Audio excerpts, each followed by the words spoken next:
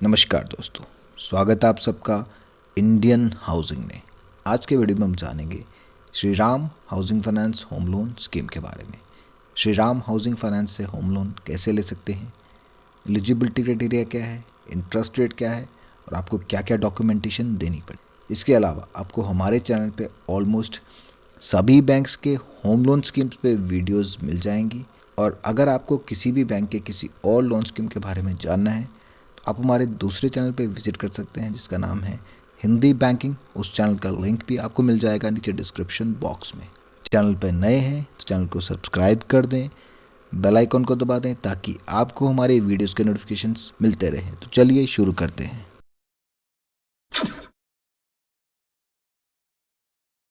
Shri Ram housing finance home loan application process बहुत ही simple है। अगर तो आपके पास कोई नियरेस्ट ब्रांच है वहाँ पे विजिट कर सकते हैं, अदरवाइज़ ऑनलाइन एप्लीकेशन लिंक आपको मिल जाएगा नीचे डिस्क्रिप्शन बॉक्स में। उस लिंक पे क्लिक करेंगे तो आप इस पेज पे आ जाएंगे जिसमें आपको अपनी डिटेल्स भरने हैं। इसमें कुछ भी आपसे एक्सेप्शनल नहीं पूछा जाएगा, जस्ट वही चीज़ें पूछी जाएंगी जो आपको रिक्वायर्ड हैं या जो आपकी पर्सनल डिटेल्स हैं। पर्सनल डिटेल्स में आपका अपना नाम आ जाएगा, आपके एम्प्लॉयमेंट टाइप आ जाएगी, सैलरी आ जाएगी और रिक्वायरमेंट में आपको कितना लोन चाहिए, किस तरह का लोन चाहिए, पैन नंबर और सबमिट कर दीजिए। सबमिट होने के बाद कीजिए रिक्वेस्ट जो है वो कंपनी के पास पहुंच जाती है। उसके बाद में कंपनी असेस करती है आपकी रिक्वेस्ट को, आपसे डॉक्यूमेंटेशन ली जाती है और आपकी एप्लीकेशन जो है वो प्रोसेस कर दी जाती है। एप्लीकेशन प्रोसेस बहुत ही हैजल फ्री सिंपल है। अपने मोबाइल या लैपटॉप से बहुत इजीली इसके लिए अप्लाई कर सकते हैं। जस्ट आपको हमारे नीचे दिए गए लिंक पे क्लिक करना है, आप इस पेज पे आ जाएंगे और अपना एप्लीकेशन आप पूरा कर सकते हैं। चलिए बढ़ते हैं स्कीम डिटेल्स की ओर। होम लोन स्कीम पर्पस, आप अपनी किसी भी हाउसिंग रिलेटेड रिक्वायरमेंट को पूरा करने के लिए श्रीराम हाउसिंग फाइनेंस से होम लोन ले सकते हैं। कंस्ट्रक्शन करना चाहते हैं, फ्लैट खरीदना चाहते हैं, रेडी बिल्ट होम लेना चाहते हैं, कोई भी आपकी हाउसिंग रिलेटेड रिक्वायरमेंट हो सकती है, उसको पूरा करने के लिए आप बहुत इजीली श्रीराम फाइनेंस से होम लोन ले सकते हैं। एलिजिबिलिटी क्राइटेरिया, कोई भी इंडियन सिटीज़न चाहे वो सैलरीड है या नॉन सैलरीड है इस लोन स्कीम का लाभ उठा सकते हैं।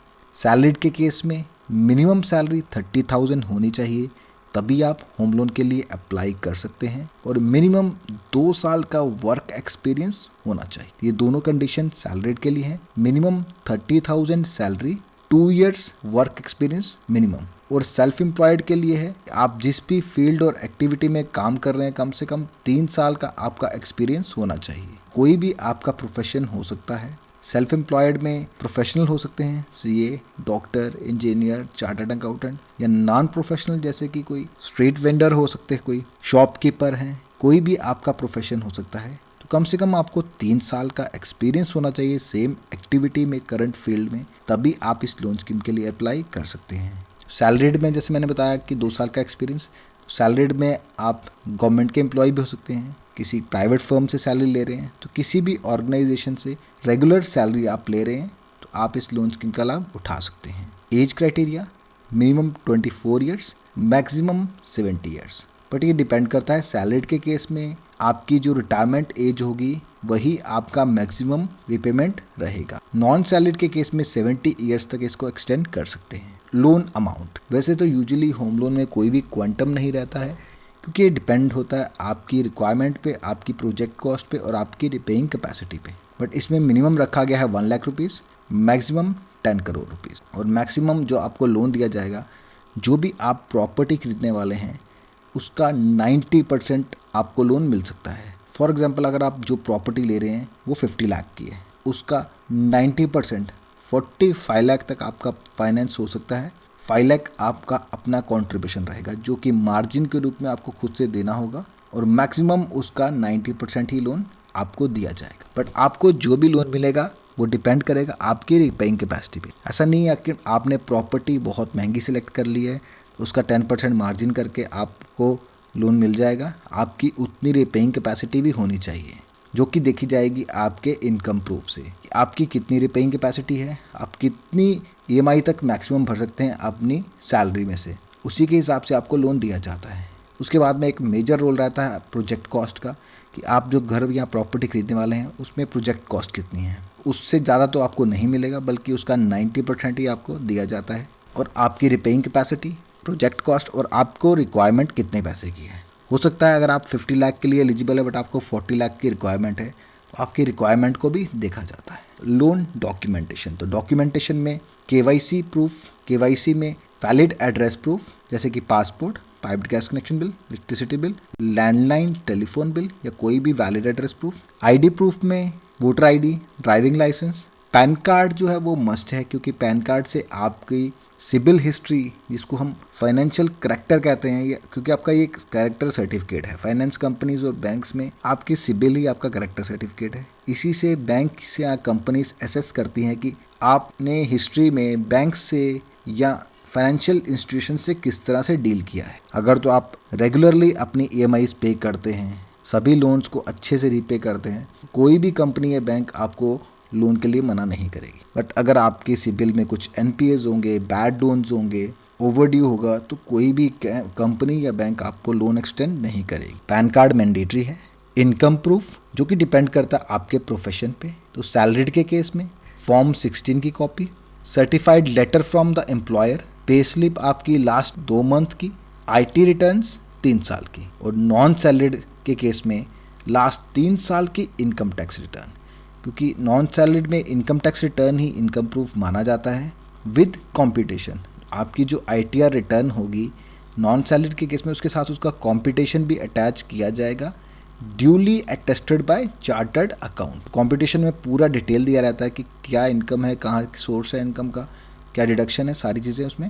तो कंपटीशन भी आपको अटैच करनी पड़ेगी, जो कि आपको सीए से अटेस्टेड होनी चाहिए। लास्ट 2 साल की बैलेंस शीट और profit and loss account firm attested bye CA, तो लास्ट 2 साल की बैलेंस शीट और प्रॉफिट एंड लॉस अकाउंट की स्टेटमेंट वो भी सीए से अटेस्टेड होनी चाहिए। ये था नॉन सैलरीड के। उसके बाद में है प्रॉपर्टी के डॉक्यूमेंट्स, जो कि डिपेंड करेगा कि आपकी किस तरह की रिक्वायरमेंट है।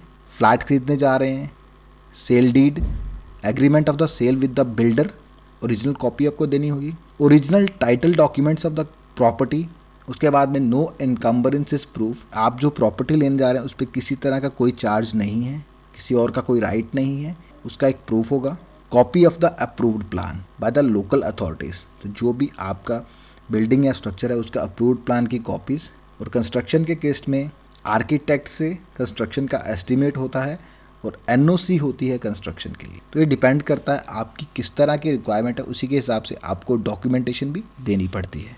Loan tenure, maximum loan tenure रहेगा 25 years, subject to retirement age. जैसे कि मैंने आपको ऑलरेडी बताया था स्टार्टिंग में ही कि जो सैलरीड हैं उनका एज है जो है रिटायरमेंट, वही उनका मैच्योरिटी एज रहेगा, उसी टाइम तक उनका लोन मैच्योर कर दिया जाएगा। और सेल्फ एम्प्लॉयड प्रोफेशनल के लिए 70 ईयर्स तक का टाइम रहेगा। तो मैक्सिमम टेनर जो है वो 25 ईयर से ज़्यादा आपको नहीं मिलेगा। ये भी बैंक टू बैंक और इंस्टीट्यूशन टू इंस्टीट्यूशन वेरी करता है। कुछ कंपनीज आपको 20 ईयर्स का देती हैं, कुछ 25 का देती हैं, वैसे ही कुछ बैंक भी आपको 20 ईयर्स का देते हैं, कुछ 30 ईयर्स का देते हैं। तो डिपेंड करता है, बैंक टू बैंक वेरी करता है कितना आपको मैक्सिमम रिपेमेंट पीरियड दिया जाता है। Loan interest, Shriram housing finance का जो home loan rate of interest है that is starting from 8.9% onwards. बाकी ये वेरी करेगा, डिपेंड करेगा आपकी सिबिल पे, आपकी प्रोफाइल पे, आपकी रिपेइंग कैपेसिटी पे, but starting from 8.9% onwards.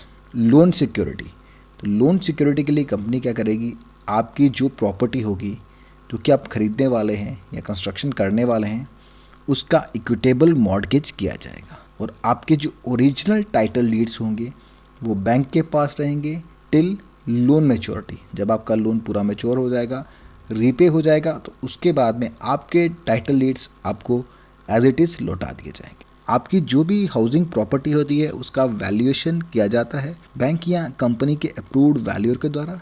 Legal opinion report ली जाती है कंपनी के पैनल लॉयर के द्वारा। सारी रिपोर्ट्स तैयार करने के बाद ही आपका जो लोन है वो प्रोसेस किया जाता है। और दोस्तों आपको ना स्टैम्प ड्यूटी भी भरनी पड़ सकती है अगर आपकी स्टेट में कोई भी स्टैम्प ड्यूटी एप्लीकेबल है तो, क्योंकि स्टैम्प ड्यूटी जो है वो स्टेट टू स्टेट वेरी करती है। आपकी स्टेट में जो भी स्टैम्प ड्यूटी एप्लीकेबल होगी वो भी आपको भरनी पड़े। दोस्तों ये था Shriram housing finance home loan scheme. कैसा लगा आपको आज का ये वीडियो कमेंट बॉक्स में कमेंट करके ज़रूर बताएं।